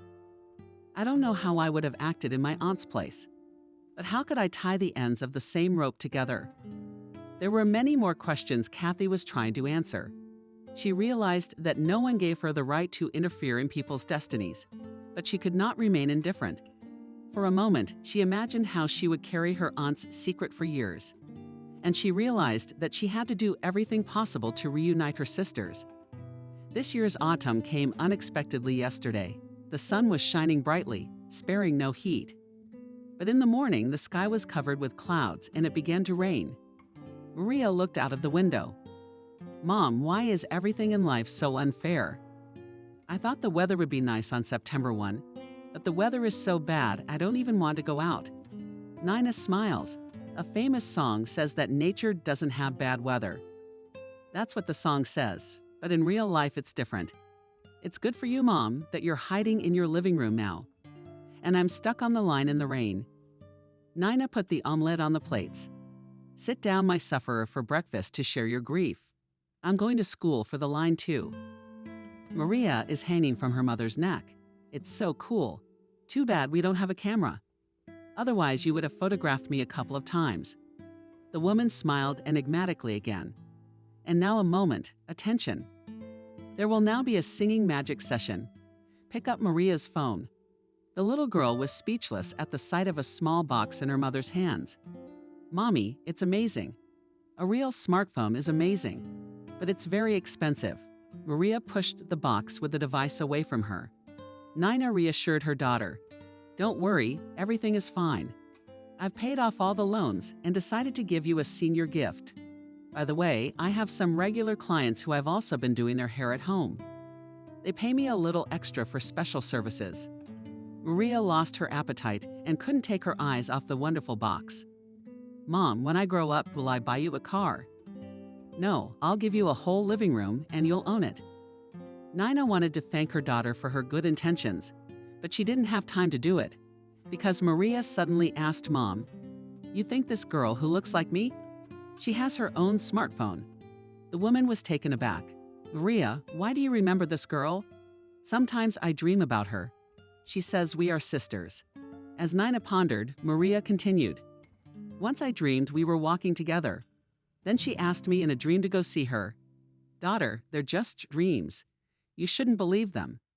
The girl was confused, so she was unable to give a coherent answer. I have read that there are prophetic dreams in which everything is fulfilled exactly down to the smallest detail. Mom, after all, nothing prevents you and me from going to this city. I looked on the map. It's not far from here. We can walk, said Nina as sternly as possible. I don't think we should go out of our way for a video clip. At least that kind of trip is not on my agenda right now. Let's finish our breakfast and get out of here. All day long, this conversation with my daughter had been a nuisance. I was taking care of a customer. I was thinking about that other girl. The thought was so thick in the woman's mind that she couldn't take it anymore and called her sister. "Christina, I need to ask you something." "What is it?" "Tell me what's on your mind." It's not convenient on the phone. I heard Christina sigh. "More secrets." "Then let's talk on the phone." "Sister, you know my finances are tight." "Oh, wait, I can ask my neighbor." "Oh, that's great. Call me tonight and we'll talk." At the appointed time, Nina told her daughter she had to go out for a while. Maria didn't mind. She was busy with her new smartphone. "Mom, don't worry, I won't get bored. You can even go on a date. Aren't you tired of always being at home?" murmured the woman, young enough to give advice to adults. Trying not to make too much noise, Nina rang the doorbell next door. Molly looked at the visitors in surprise. "Nina, what's wrong again?" "No, we're fine. We just need your help again to sweeten an awkward moment." The guest pulled out a beautiful box of chocolates. The neighbor smiled at the painful trio of fillies filled with walnuts. "I'm an unconditional fan of this treat." "Thanks, Nina. You're welcome. What's your problem?" "I need to make a call to a friend." "No, not a friend, my sister. Now bear with me for 6 seconds." Sure enough, after a complicated manipulation by Aunt Dina, Christina appeared on the screen. She waved her hand in greeting. "Hello, Nina, to you and your neighbor." "Go on, say it. Something's come up." Nina gave an expressive look to the landlady, who hastened to erase it all with Territorkin. "I won't disturb you. I'll go put on some tea." Nina made sure that there were no extra ears in the room and hurried to tell her sister the gist of the case.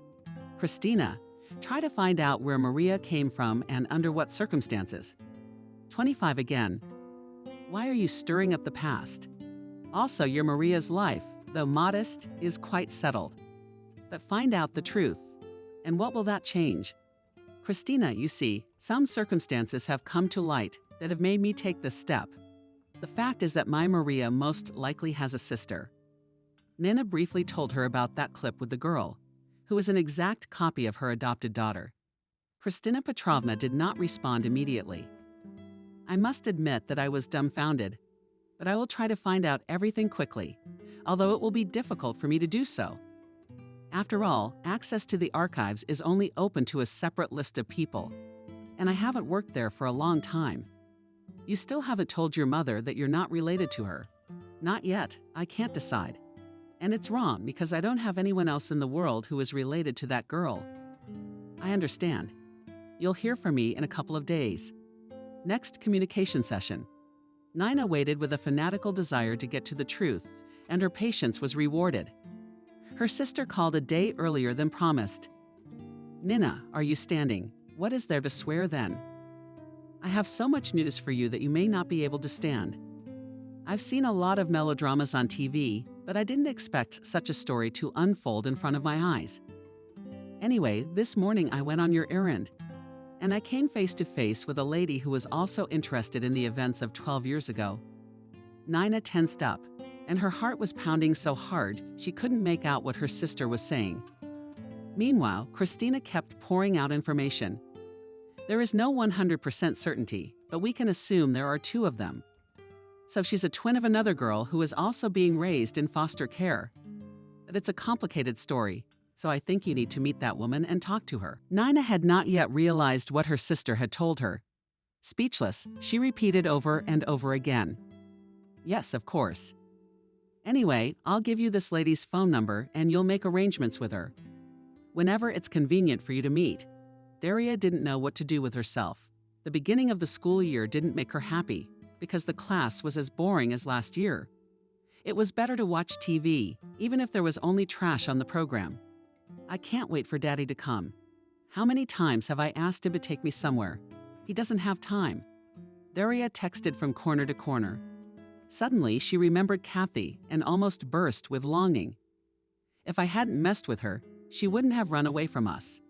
Right now, I'd give anything for some sultana raisin oatmeal, which only Kathy could make so deliciously. I wonder where she is now. Daria started rummaging through her desk drawer, which was in chaos. Where's the Dan note? I remember I didn't throw it away. Finally, after a long search, the girl retrieved a crumpled piece of paper from a selection of notebooks. She began to smooth it out, saying, "Here's Kathy's phone number. Now I'm going to call her and tell her what I'm going to tell her to make it sound credible. I'm going to tell her that my English is a mess." Daria realized that wasn't exactly a good reason to start the course. But there was no other option, and determinedly she dialed the former governess's number. Kathy answered no immediately. "Daria, weren't you expecting your call?" "No, it's all right."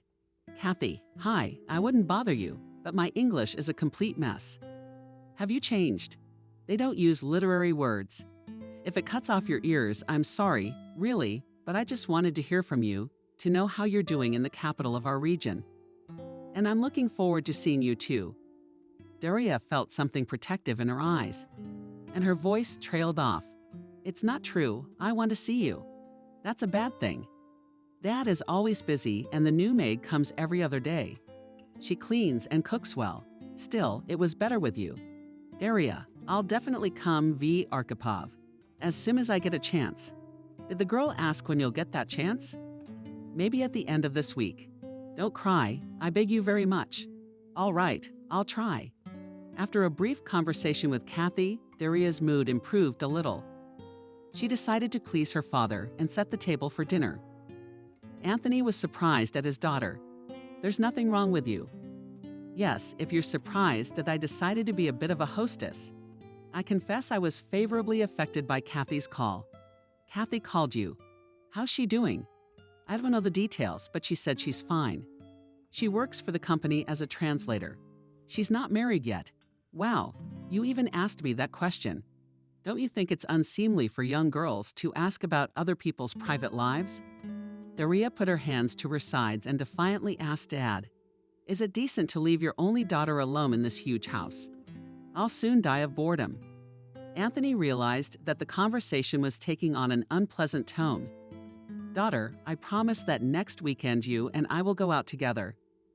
If you want, we'll go fishing or to the regional center. There's plenty of entertainment there." Daria gave him a mischievous look. "Next time we'll go fishing, but this Sunday we'll go to the park with you." "And what will we do there?" "You'll relax and watch your daughter work." "Dad, I've been asked to organize a fall dance in the park. I'll wear the same dress I wore with Kathy to the opening of the art center." "The idea of a day out is much appreciated, Anthony. Thank you, daughter, for the invitation. But you must realize that my person will attract unnecessary attention." "Dad, is it hard for you to say a few words?" "No, it's not. Let's just say you've convinced me." Both father and daughter were looking forward to Sunday. The opening was scheduled for 11 o'clock, but Daria left the house an hour early. "Dad, try not to be late, or you'll miss all the fun." The man watched from the window as his daughter gracefully walked through the puddles left by yesterday's rain. He had always loved this activity, and now he admired the girl with a thrill in his heart. Soon as a bird, she will fly away from this house. And you, Anthony, will be left alone, though he had long since given up on himself. But as the years passed, more and more often the thought came to his mind that it was wrong not to have a life of his own. The man put on a strict jacket and looked critically at his reflection. The mayor was also a human being, and perhaps he deserved attention and understanding. There were already many citizens in the park. It was only a few minutes before the event, and Anthony tried to find his daughter with his eyes. Suddenly, on one of the paths, he saw his daughter's face and waved to her. Strangely, his daughter did not respond to his greeting and even turned away.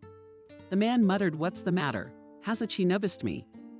His elevated status did not allow him to shout or take other actions that could be taken badly.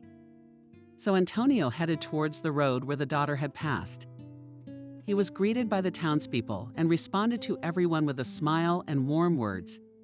This distracted the mayor, who finally lost sight of his daughter. Suddenly, a woman's voice sounded nearby.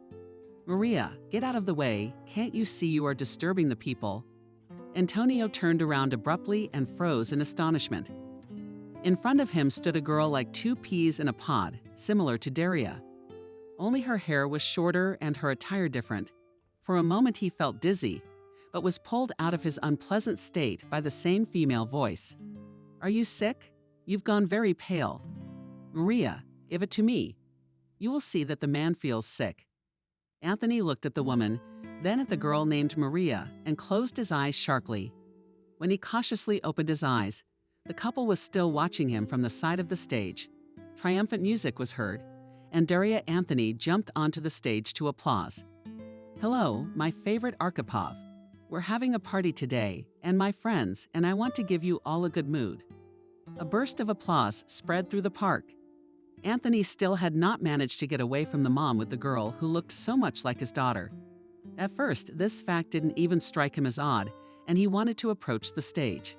But Maria said in a very loud voice, Mom, look, it's the girl from the video. Can I come closer? I really want to meet her." The woman tried to hold the girl.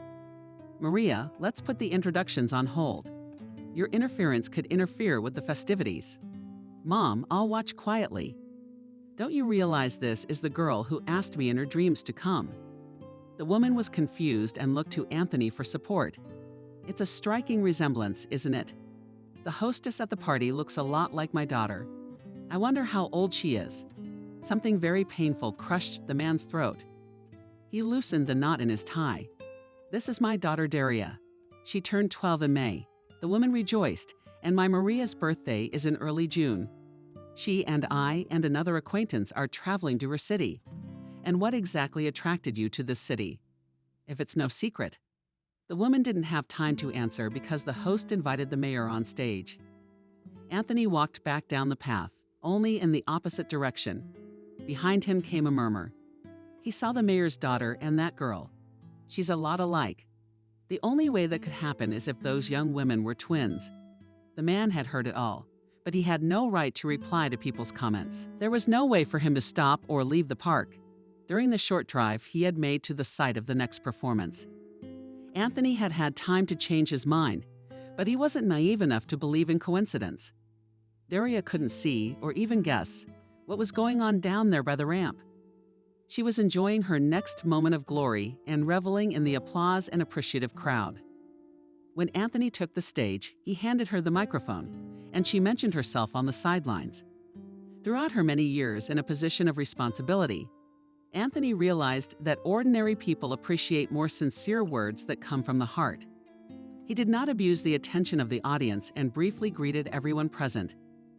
"On this beautiful September day, I would like to wish all of you, dear compatriots, a festive atmosphere. And may all the homes of our dear city be bright and welcoming." The voices of his children rang out. The party continued, and Antonio began to think feverishly about what he should do next. His head was splintering with all sorts of thoughts. When he saw Kathy at his side, Kathy, Anthony, if only for a second, forgot everything because Kathy impressed him. There was something very different about her, as if she were a compressed spring. Kathy held her head high, her gaze straight and open. But seconds passed, and Anthony let out a long sigh. It would be interesting, of course, to chat with her, to find out how she was doing. But that didn't matter to him at the moment. He was about to tell Kathy. Daria walked past him. She almost made the mistake of running him over, literally bumping into Kathy. She smiled and hugged Daria. "So you keep carrying everything in your path." A while ago, Daria would have been offended, even responded rudely. Now she was smiling. "Kathy, did you see my performance?" "Of course I saw it, and I wasn't the only one." Kathy looked at Anthony, who was staring at the girl his daughter looked so much like. "Anthony, if you're looking for Maria and her mother, they're waiting for us at the cafe on the boardwalk." The man turned slowly toward Kathy. He felt the earth tremble beneath his feet. All the worst suspicions were beginning to come true. Had she hit her head? No, he doesn't want to know anything, let alone change anything. Daria is his daughter, and no other situation interests him. He was about to tell Kathy, but suddenly the thought came to his mind that maybe Daria is his daughter. And that girl too.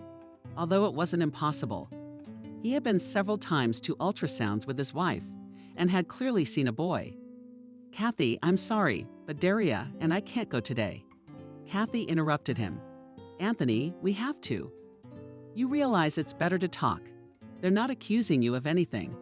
People just want to know the truth. And the man who caused all this wants to be rid of this sin before he dies." Daria looked fearfully at her father. "Dad, what is he talking about?" Kathy smiled at him. "Daria, are you afraid? You've never been afraid of anything. If your father decides to do it, there's someone I'm going to introduce you to." Daria's in a pose. Actually, she has friends waiting for her. Well, I don't know, maybe she doesn't want to meet anyone. I've got Anthony interrupting Daria's daughter. "We're going to have to go because I'm not going to be able to sleep well now anyway." "Dad, what's wrong?" He shrugged his shoulders. If Mom were alive, she could probably shed some light on all this. After saying that, Daria calmed down. Kathy and Anthony stepped forward, with Daria trailing behind. "Kathy, what did you have to do with this?" "I had nothing to do with it. My aunt. We don't socialize enough to know the details, or I used to. And now that my aunt is dying, I wanted to know if the other girl was alive. It just so happened that we all met at the same time. Together, we were able to discover many interesting things." The man was completely lost. He didn't know what he was going to hear. But of one thing he was sure, it was not good. They approached the summer cafe, and then they heard Mom, "Look, there she is." Daria stopped. She looked at the man who had spoken. Then she looked at her father. "Dad, who is it?" "I thought it was just a dream. I've dreamed about her several times." Anthony convinced his daughter. "I don't know the rest either. I hope it all becomes clear now." He turned his eyes to Maria's mother and froze. Nina was looking at Daria with a kind of greediness. She slowly shifted her gaze to him. "Anthony." Kathy looked at them in confusion. "I don't understand. Do you two know each other?" Anthony nodded slowly. They hastened to add, "We only crossed paths a couple of times. That was a long time ago." The woman couldn't tell that about 8 years ago, Anthony had somehow been drawn back to her city. And lucky for her, at her beauty salon, she needed to get in shape because, she said, she was about to grow pigtails for her job. Nina and the other girls tried to explain to him that it was a women's salon. But Anthony wouldn't listen to anyone. So Nina, in order not to make a fuss with such a client, offered to cut his hair. She left a very generous tip and then apologized, saying it had been a hard day. And an hour later, negotiations. Apparently, the negotiation was over before it began. Because when she left, Anthony was waiting for her. Anthony was never much of a go-getter, but this time it was like he was on a roll. And Nina wouldn't let the men near her. And here she thought they were newcomers, so no one owed anyone anything. They actually only saw each other 3 times. And then Anthony went off to his own town. Nina tried to put it out of her mind. And now that he was in front of her, she looked at him in confusion. She thought about the fact that 5 minutes ago it had seemed to her that her problems were of universal proportions. But now they had become of totally inexplicable proportions. Everyone sat down at the table. Maria and Daria couldn't take their eyes off each other. Kathy's gaze immediately went to the professor. "I think it's best if the girls go outside, let them talk. While we're here solving adult problems." Neither Daria nor Maria. They didn't argue. They went downstairs, and the last thing Kathy heard was, "What kind of ice cream do you like?" "I'm from school." "You're kidding. I just eat it too." Kathy smiled. How much less do rule kids have frosting and stuff? What's to stop them from communicating in a second? Kathy had already sat down at the table. "Well, who's going to start?" Anthony raised his hand. "Let me do it. Doria's daughter is mine and my spouse's. I took care of her throughout her pregnancy. We went to the doctor together, so we have nothing criminal. I'm sure science will find many explanations for this similarity." Nina nodded. "I would like to support Anthony. We also took Maria from the orphanage." Would anyone really believe that Anthony's family separated the children? Surely there's an explanation. Kathy sighed. "Let me get started then." Anthony looked at his former housekeeper. "Yes, Kathy, I'd like to know why we're here." "My aunt has been a midwife all her life." Nina listened attentively to Anthony, and as the story progressed, lowered her head. That's how she knew Adriana was capable of doing strange things. But in order not to tell her that her son had died, the man averted his gaze to the girls, who were sitting on the bench and talking animatedly. When they were side by side, the resemblance was entirely undeniable. Kathy finished, then added, "It so happened that my aunt's remorse and your meeting coincided. Now I can tell you that the other girl is fine. It's up to you to sue her or not. But she's not going to get a trial anyway." Anthony smiled sadly. Why would he sue her? She made a few people happy, at least for a while. Would the girls have been better off in an orphanage? Kathy stood up. "Then I guess I'll be going. No need to go to Auntie's house. I'm sure you two have a lot to talk about." When she left, Anthony felt confused. There was music and voices nearby, and he looked at Nina, confused. "What do we do now?" Nina didn't have time to answer, because a loud, indignant voice could be heard nearby. "Anthony, I've been looking for you. You can't just disappear. You've got the wrong status." Next to the table was Vanessa. At another time, Anthony would have been happy to see her, but not now. "Vanessa, hi. I have the day off today, and I thought I'd spend it with my daughter.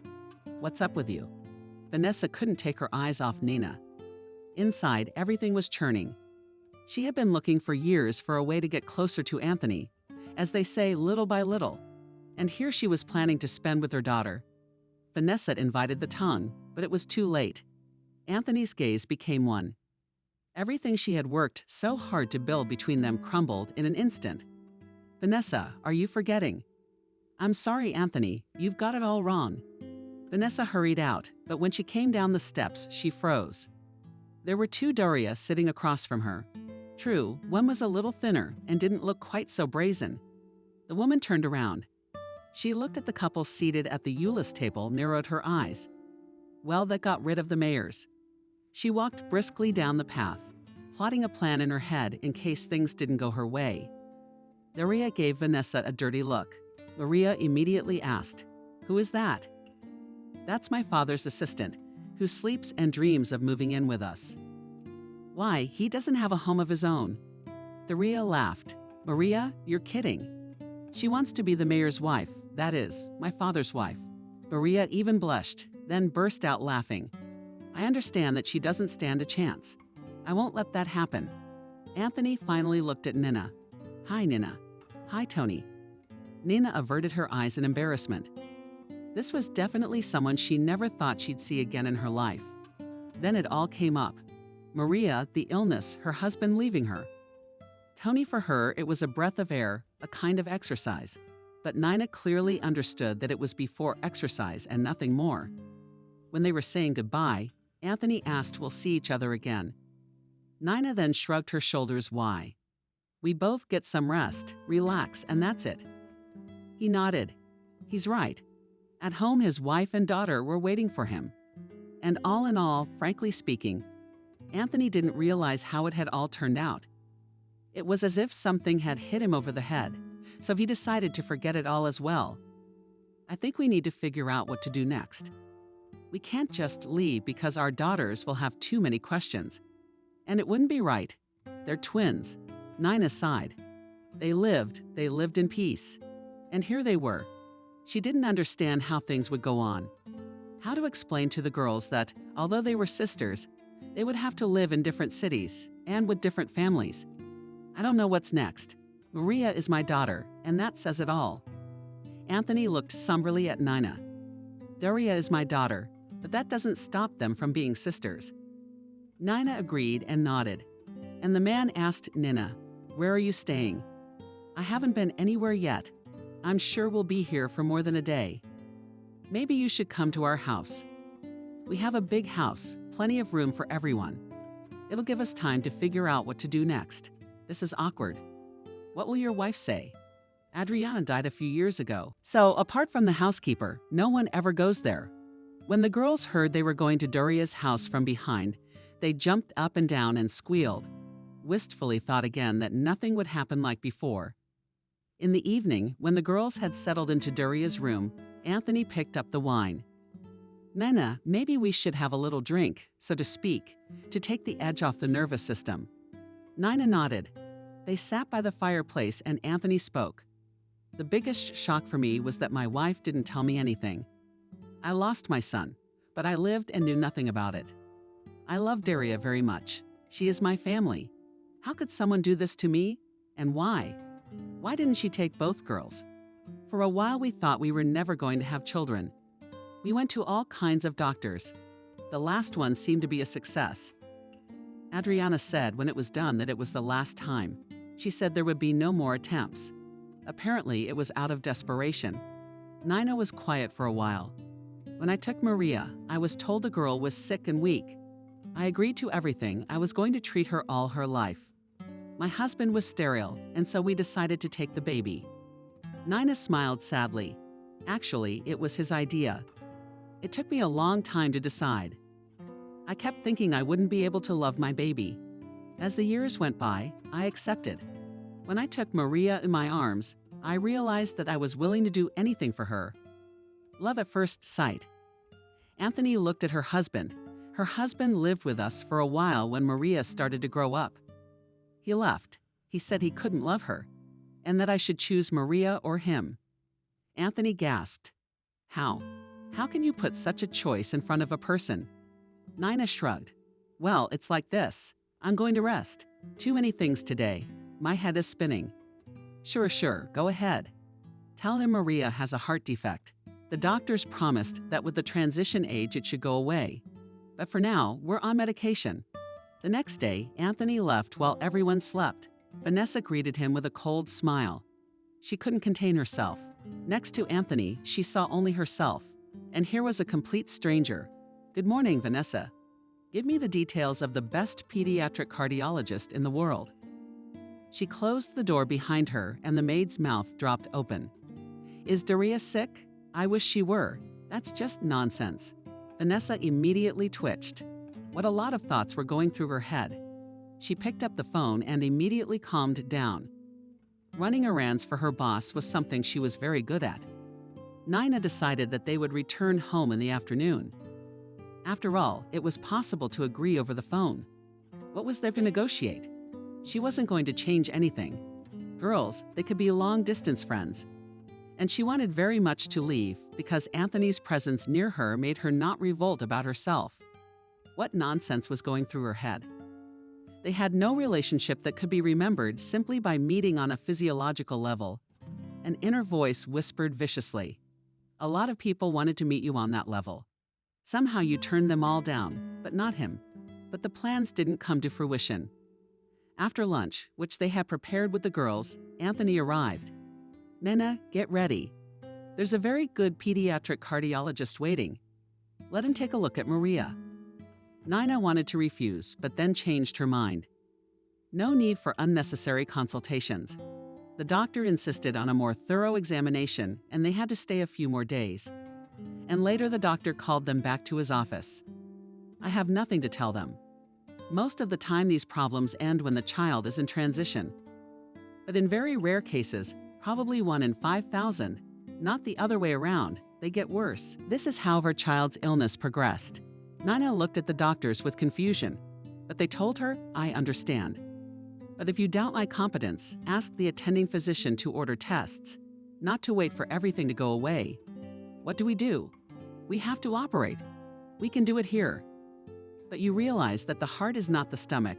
It's too risky. If you don't operate, you don't have to operate.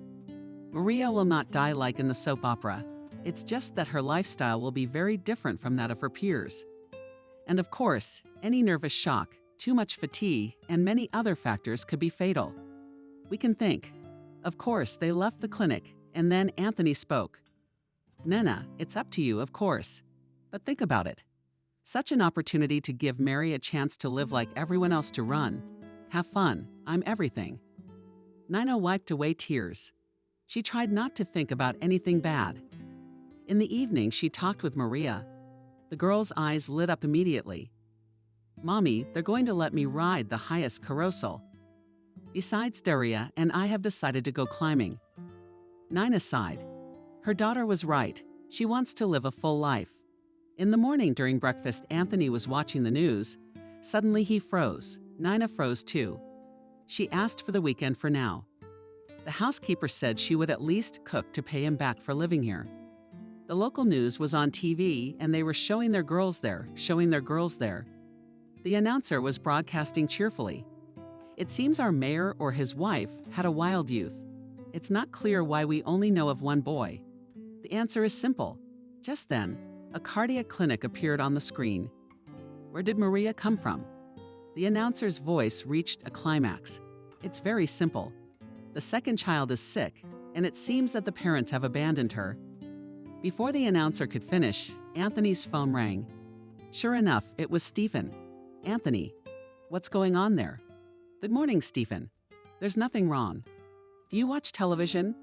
Of course I do, and I will even prosecute the journalists for defamation. The governor has slowed down a bit. I'll wait for you at my house. As soon as you can leave. Anthony turned off the phone, sighed. I have to go to the region. Nina's angry, he said. God, now you're in trouble because of us. That's ridiculous. What's that got to do with you? It's a shame we can't meet Maria. Who would have thought? What kind of technology? I thought you had to be in the hospital for 6 months after heart surgery. Anthony was glad that Maria was okay, but he was also upset because he realized that there was no longer anything to keep them in this town, which meant they would have to part very soon. Anthony is very used to having 2 Darias at home.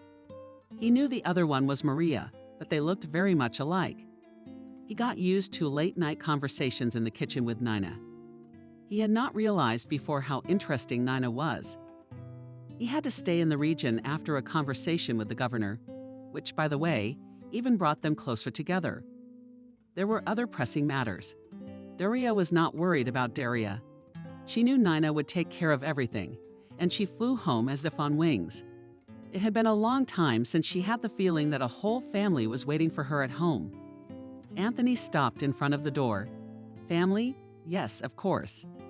Only now did he realize why everyone felt so good in the house. Because they felt like family.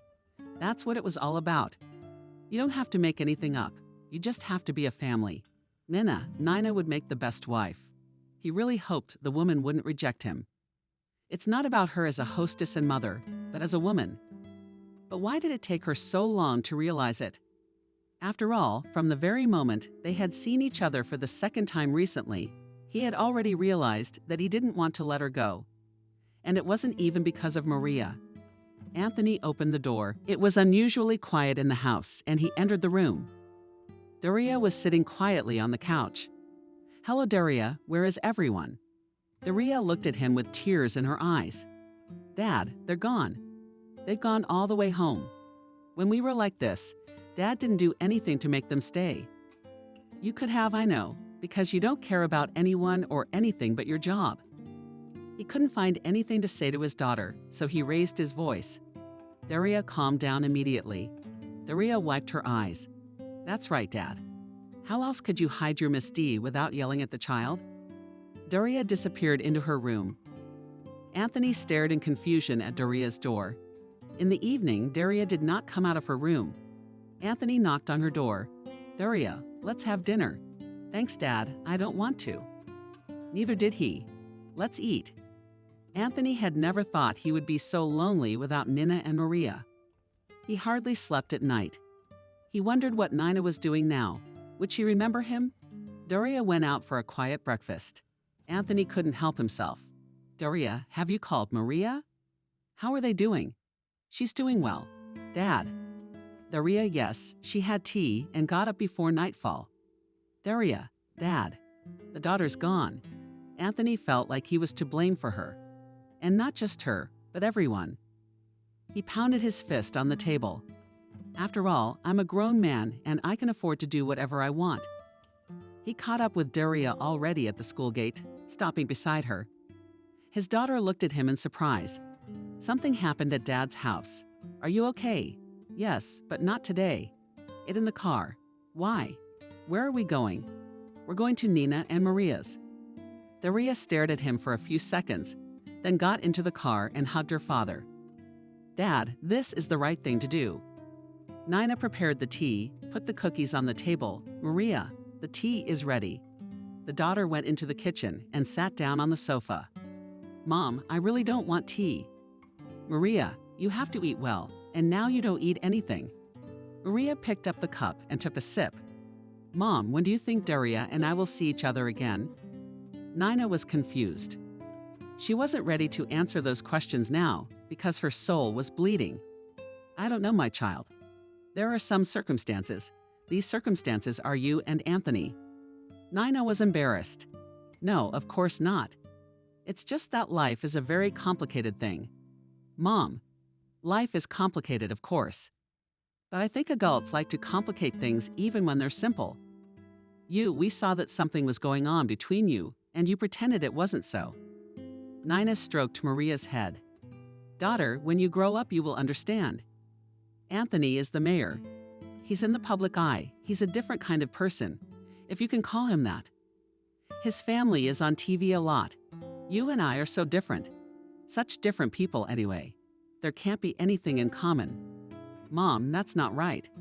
It's people that matter, not where they work." Nina didn't have time to answer because the doorbell rang. "Mom, I'll get it." Nina nodded. She got up and looked out the window. How strange.